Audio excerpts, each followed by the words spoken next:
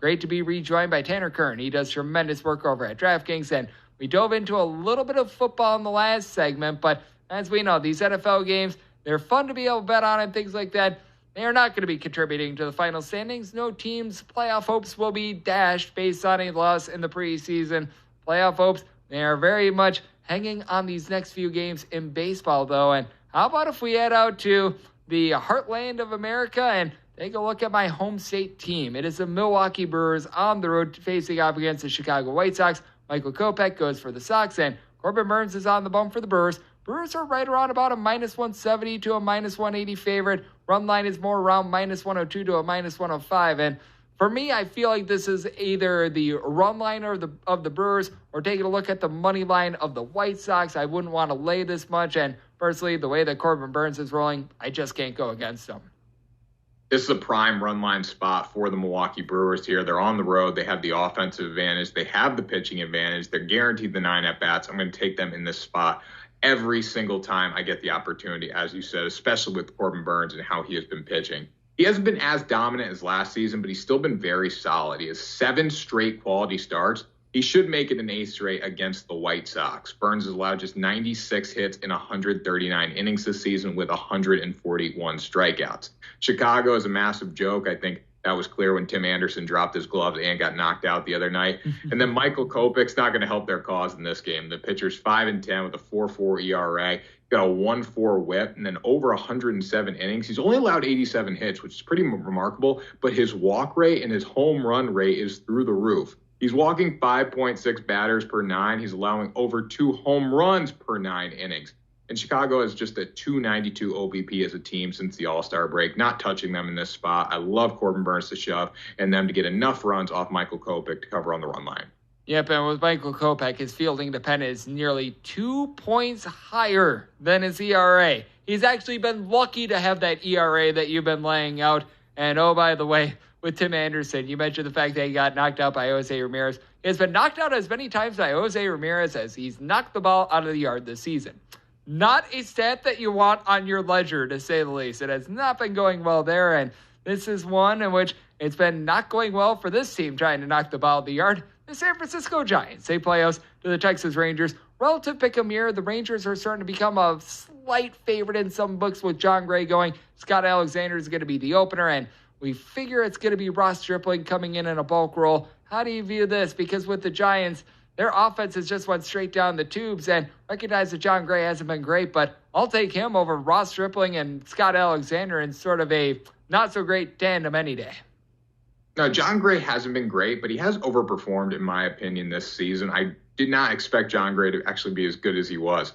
So that's saying something there. And the Texas Rangers, they're just a team of overperformers. They're a team that's, living up to a small amount of hype that they had coming into the season. They're hanging on to that AL West lead, 2.5 games over the Astros right now. And when I look at this lineup, that's the reason to bet on the Rangers in this spot. Adolis Garcia, Jonah Heim, Corey Seager, Marcus Semien, the list goes on and on. This team is really talented. They have a lot of tough outs 1 through 9 in that lineup. They're batting .271 as a team right now with a 342 OBP. That's 30 points higher than San Francisco. And then San Francisco does have an average lineup all the way around. And earlier in the season, they were a big home run hitting team. We just haven't seen that as of late. And that was their main way of generating runs. John Gray is going to be on the mound, as we were talking about. He's actually been better on the road this season than at home. Opponents are batting 40 points lower off him on the road than at home. He's got a 3.14 ERA as a visitor with just 4 home runs allowed in 51 innings. And then on the other side, Scott Alexander is going to open this game up for the Giants.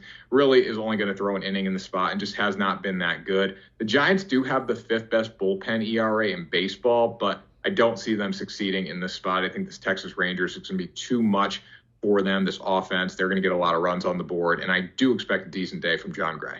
And the expected bulk guy in Ross Stripling, north of a 6.8 ERA when he has been in San Francisco this year. So that's not great to say the least, and we are on the same page on this one. As Tanner Kern, who does great work over at DraftKings, is joining me right here on the Greg Peterson Experience on VSiN, the Sports Betting Network. And let's dive in on the reunitation, for lack of a better term, of Aaron Savali with the Cleveland Guardians, as now he's on the other side. He's going to be pitching for the Tampa Bay Rays, going up against Xavier Curry of the Cleveland Guardians.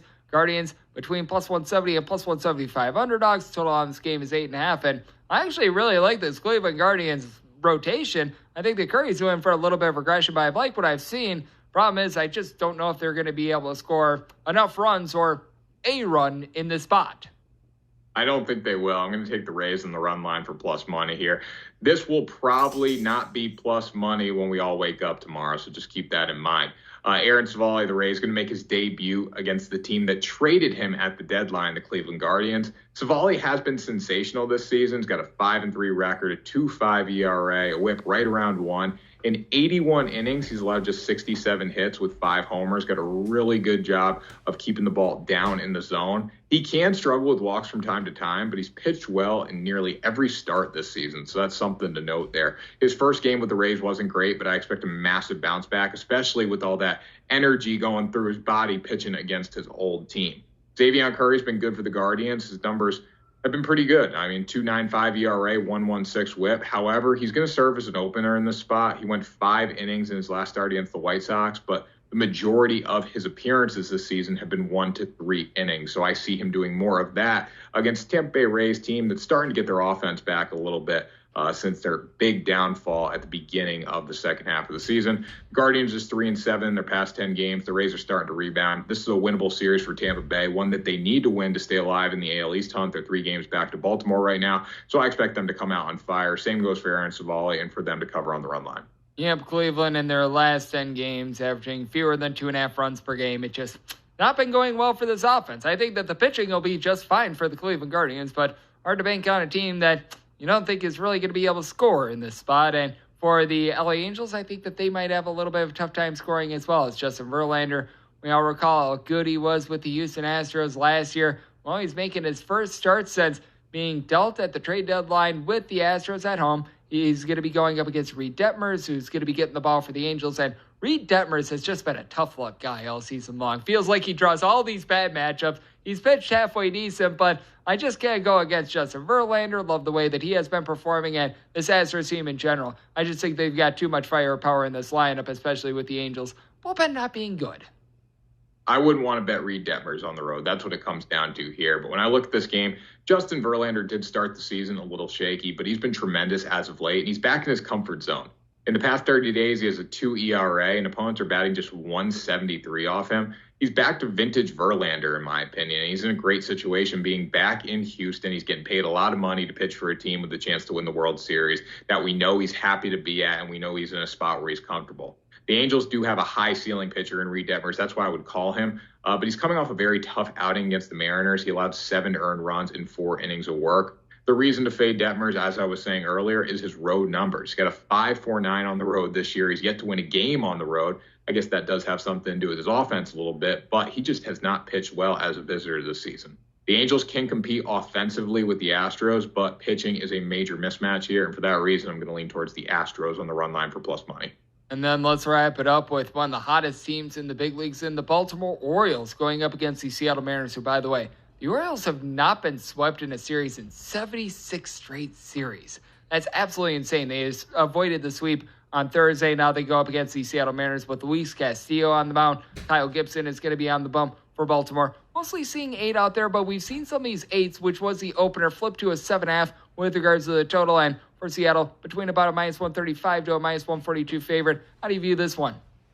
I'd take the over here. Baltimore Orioles have won because of their offense this season. It hasn't been because of their pitching staff, but I think they have overperformed in that area. But when it comes down to it, they're 8th in baseball in runs scored. The Mariners are 16th. I still like the Mariners to do a little something offensively off Kyle Gibson. He hasn't been great this season. He's 11-6, but he's got a 4.5 ERA and a 1.28 whip. The biggest question in this one, can the Baltimore Orioles come out and hit Luis Castillo? I think they can here. They only need a couple big swings to get this game over, and he is coming off a game where he allowed 10 hits and 7 earned runs in 6 innings to the Los Angeles Angels. So when it comes down to it here, I think Baltimore is going to have a few big swings. I do think the Mariners are going to generate some offense off of Kyle Gibson, and this game is going to go over 7.5 or 8, depending on what number you get it at. Yep, I do think that the Mariners are going to generate some offense, and you always generate us some cash, Shanner. You do great work over at DraftKings, and I always appreciate the time. Thank you. Thanks for having me, Greg. Really appreciate it.